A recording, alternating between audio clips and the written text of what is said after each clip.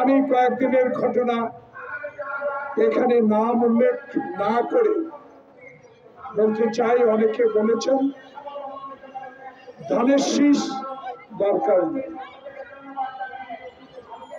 সাপলা যদি না হয় ধানের শীষও বাতিল করতে হবে। অনেকেই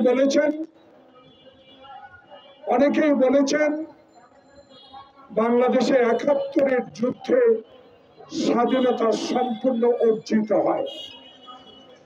অনেকে বলেছেন উচ্চ কক্ষে পিআর পদ্ধতিতে নির্বাচন প্রয়োজন। অনেকে বলেছেন জুলাই আগস্টের বিপ্লবের ঘোষণা না পর্যন্ত চলমান 18 বছরের সকল বিচার না হওয়া পর্যন্ত কোন নির্বাচনের তারিখ ঘোষণা করা যাবে। আমার দল জাতীয়তাবাদী দল, আমার দলের প্রতিষ্ঠাতা বাংলাদেশের গণমানুষের একজন অত্যন্ত গ্রহণযোগ্য ব্যক্তি বাংলাদেশের সাবেক রাষ্ট্রপতি জিয়াউর রহমানের এবং দেশনেত্রী বেগম খালেদা জিয়ার যোগ্য সন্তান তারেক রহমানের নেতৃত্বে আমরা বিগত দিনগুলোতে রাস্তায় ছিলাম, আন্দোলন করেছি, পুলিশের রক্তচক্ষু উপেক্ষা করে মিছিল করার চেষ্টা করেছি এবং ধরনের ভাতের ঘরে অসংখ্য নেতা কর্মী নির্যাতনের চিহ্ন, নির্যাতনের ভিডিও, নির্যাতনের ছবি আপনারা প্রকাশ করছেন। শুধু এটুকু মনে করিয়ে দিতে চাই, 2011 সালের 6 জুলাই যারা আজকে যারা অনেকে মিডিয়াকে নিয়ে কথা বলেন, আমি কিন্তু আপনাদের সাথে দ্বিমত পোষণ করি। অনেকে বলেন মিডিয়া স্বাধীন নয়। আমি ব্যক্তিগতভাবে বলতে চাই, মিডিয়ার স্বাধীনতা অর্থ গণতন্ত্রকে সুসংগত করা, জবাবদিহিতা করা। সেই মিডিয়া এখন বাংলাদেশের সবচেয়ে স্বাধীন, কারো কথায় না, মালিকের কথায় না, নিজের কথায় না, যা সত্য তাই প্রচার করে। গতকাল যেটা দেখেছি, আমাদের দল সাহসিকতার সহিত যে কয়েকজনকে বহিষ্কার করেছে। মিডিয়ার ভাইরা, আমি একজন ক্ষুদ্র রাজনৈতিক কর্মী, বহুবার পার্লামেন্টে যাবার আমার সৌভাগ্য হয়েছে। আমার গুণে নয়, ধানের শীষ শহীদ জিয়া, খালেদা জিয়া, তারেক রহমানের কারণে, এই দলের কারণে। কিন্তু গতকালকে পুলিশ কয়েকজনকে গ্রেপ্তার করেছেন, দল থেকে আজীবন বহিষ্কার করেছেন। ইতিমধ্যে মিডিয়া, আমাদের ছাত্র দল, যুব দল, স্বেচ্ছাসেবক দল বিএনপি কার্যালয় থেকে সংবাদ সম্মেলন করছেন, তারা নিখুঁতভাবে সবকিছু আপনাদেরকে জানাবে। আমি প্রশ্ন রাখতে চাই, হারুন বিপ্লবের বিরুদ্ধে যখন প্রথম মামলা করি, সেই মামলা হাসিনা প্রত্যাহার করে নিল। জুলাই বিপ্লবের পর আমি নিজে বাদী হয়ে শেরে বাংলা নগরে মামলা করলাম। মাননীয় প্রধান উপদেষ্টা, আপনার সহকর্মী বাংলাদেশের স্বরাষ্ট্র উপদেষ্টা এখনো কেন হারুন বিপ্লব সহ যারা ওই দিন এমপিদেরকে হত্যা করার প্রচেষ্টা করেছিল, যার ভিডিও এখনো আছে, তাদেরকে আইনের আওতায় আনা হলো না কেন? এখনো তারা কোথায় আছে? তারা কোথায় অবস্থান করছেন?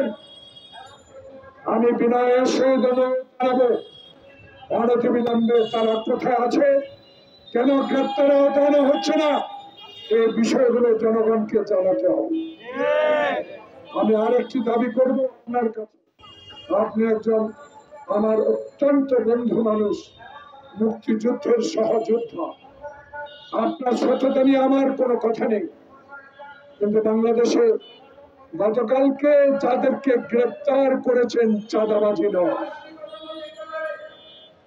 মূল হোতাকে কারা এই কাণ্ড ঘটিয়েছে